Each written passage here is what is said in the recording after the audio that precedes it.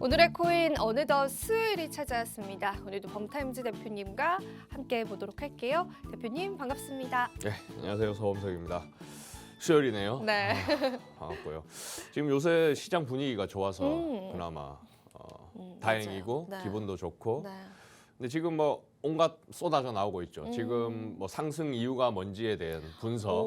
뚜렷이 없다라는 얘기도 많고. 네. 앞으로는 어떻게 될 될지 것인가. 전망도 맞아요. 많고 막 네. 쏟아져 나오고 있는데 뭐 제가 하고 싶은 얘기는 그겁니다. 뭐 계속 얘기했지만 거시경제 얘기를 안 할 수가 없고 지금 이제 제일 컸던 게 이제 소비자 물가 지수가 발표되면서 CPI가 예, 그 하면서 이제 시장 기대대로 나왔다.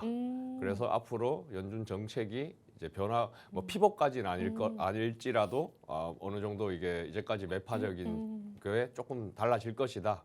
이게 이제 반영됐다는 게 이제 가장 큰 걸로 보이고 뭐 나머지들은 사실은 뭐 여러 분석들이 있지만 뭐 딱히 얘기하고 싶지 않아요. 제일 큰 건 일단 거시 경제고 네. 그래서 앞으로도 좀 많습니다 지금. 네. 아까도 말씀하셨지만 뭐 중립을 취해라. 아니면 또 뭐 랠리를 타라 이런 사람들도 있고요. 너무 다양해서요. 어떤 말이 맞는지를 모르겠더라고요. 조정 있을 거라는 사람도 또 그럼요. 있죠. 그러니까 뭐 이걸 딱히 뭐 얘기하기 전에 뭐 일단은 저는 이제 지금 이런 상황이라고 봅니다. 지금까지 이제 크립토 윈터일 때는 뭐 그냥 우리 방송 계속하면서 뒤에서 편하게 그냥 몸을 풀고 있다가 CPI 지수가 이제 발표되고 출발선으로 하나 둘 모여들기 시작하는 거죠. 그러다가 성격 급한 사람들이 벌써 뛰어나갔고 뭐 그런 상황으로 보이는데 그래서 지금 본격적으로 이제 레이스를 시작해야 될 때는 언제냐. 다음 달에 이제 연준이 발표를 하면 또 발표 내용들도 나올 거고요. 그쵸. 그 내용들을 보면서 이게 정말 이제 금리에 대해서는 물가에 대해서는 끝났구나라는 이제 확신이 든다. 그때 또 그때 확 이제 오를 수 있다라는 거죠. 그때 이제 네. 레이스를 시작하자. 네. 본격적으로 뭐 당연히 이제 분산 투자, 분할 매수 뭐 이런 건 당연한 건데 그때 이제 레이스의 시작을 하자. 뭐 이런 얘기고 또 이벤트가 있죠. 지금 네. 월가에서 그 거래소를 오픈한다고 했고 1월 달에. 네.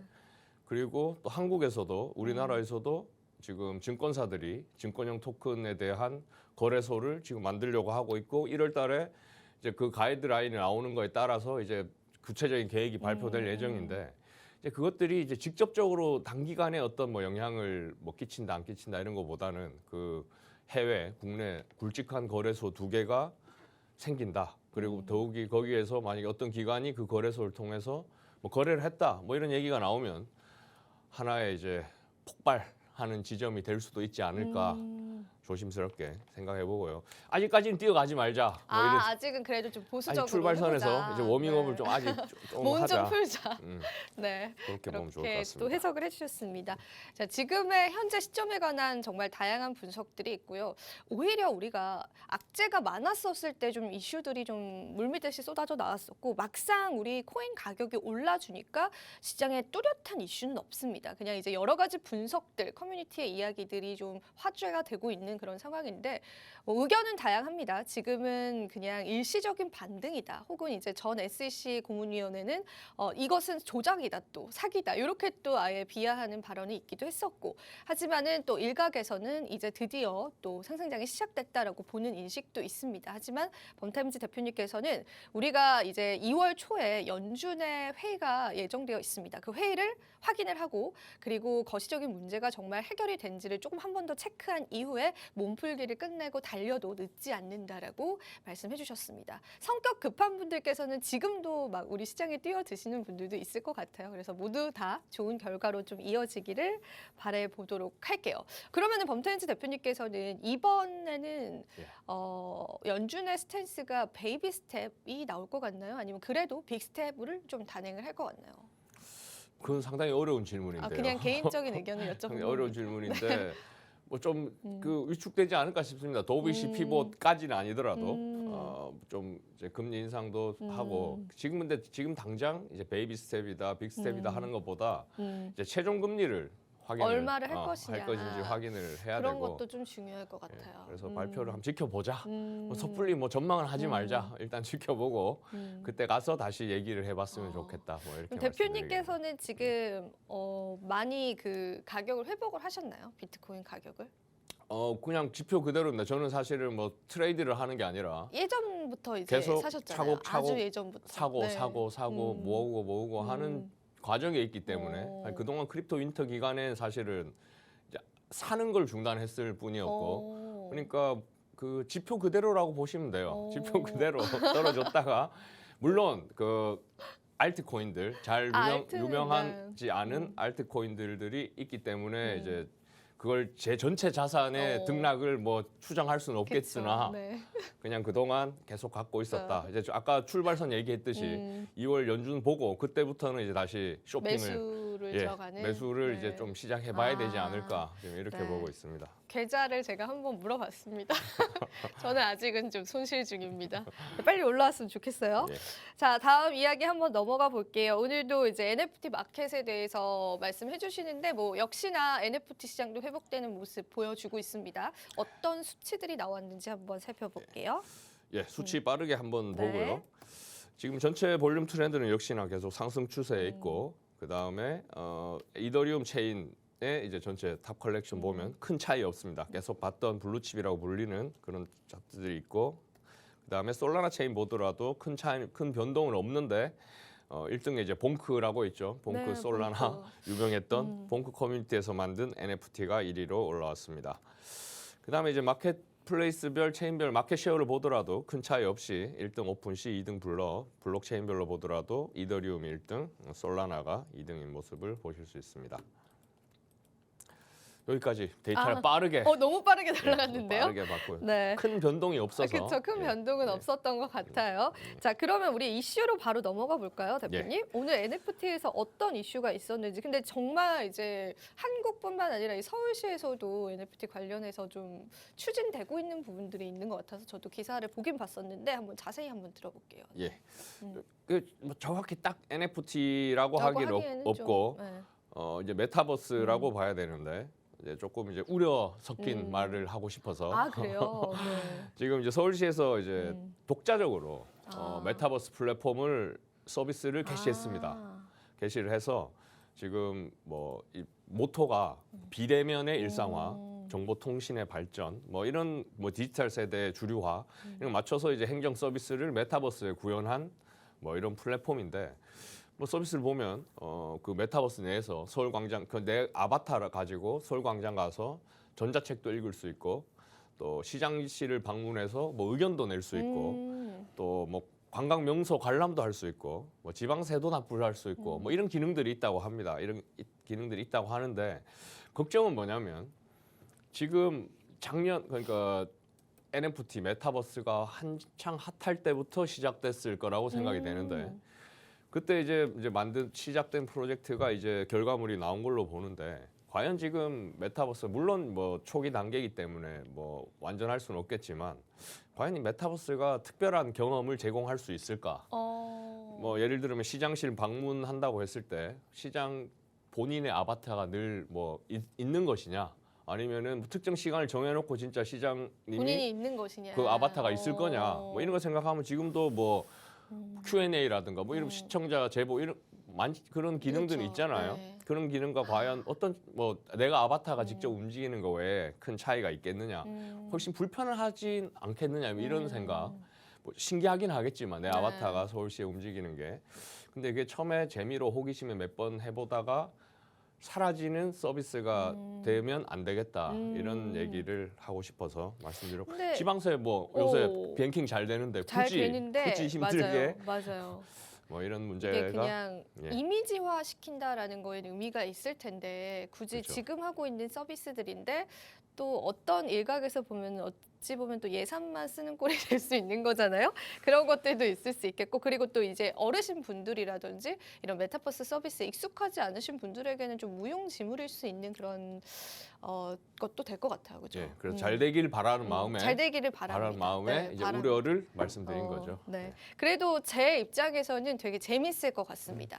이 메타버스 세계 내에서 저는 서울 시민이기 때문에 가서 지방세도 내고 세금도 내고 세금 이제 낼 일이 저희가 많기 때문에 세금도 내고 뭐 책도 읽고 다양한 또 민원 서비스를 이용할 수 있는 서울시의 메타버스 그런 세계가 생긴다고 한다면 저는 한 번쯤은 조금 활용을 해보지 않을까 그런 생각이 좀 듭니다. 혹시 그 가실 때 알려주시면 네. 저도 가서 그때 한번 만나시죠. 그래, 메타버스에서. 메타버스에서 한번 커피 한 잔 하시죠.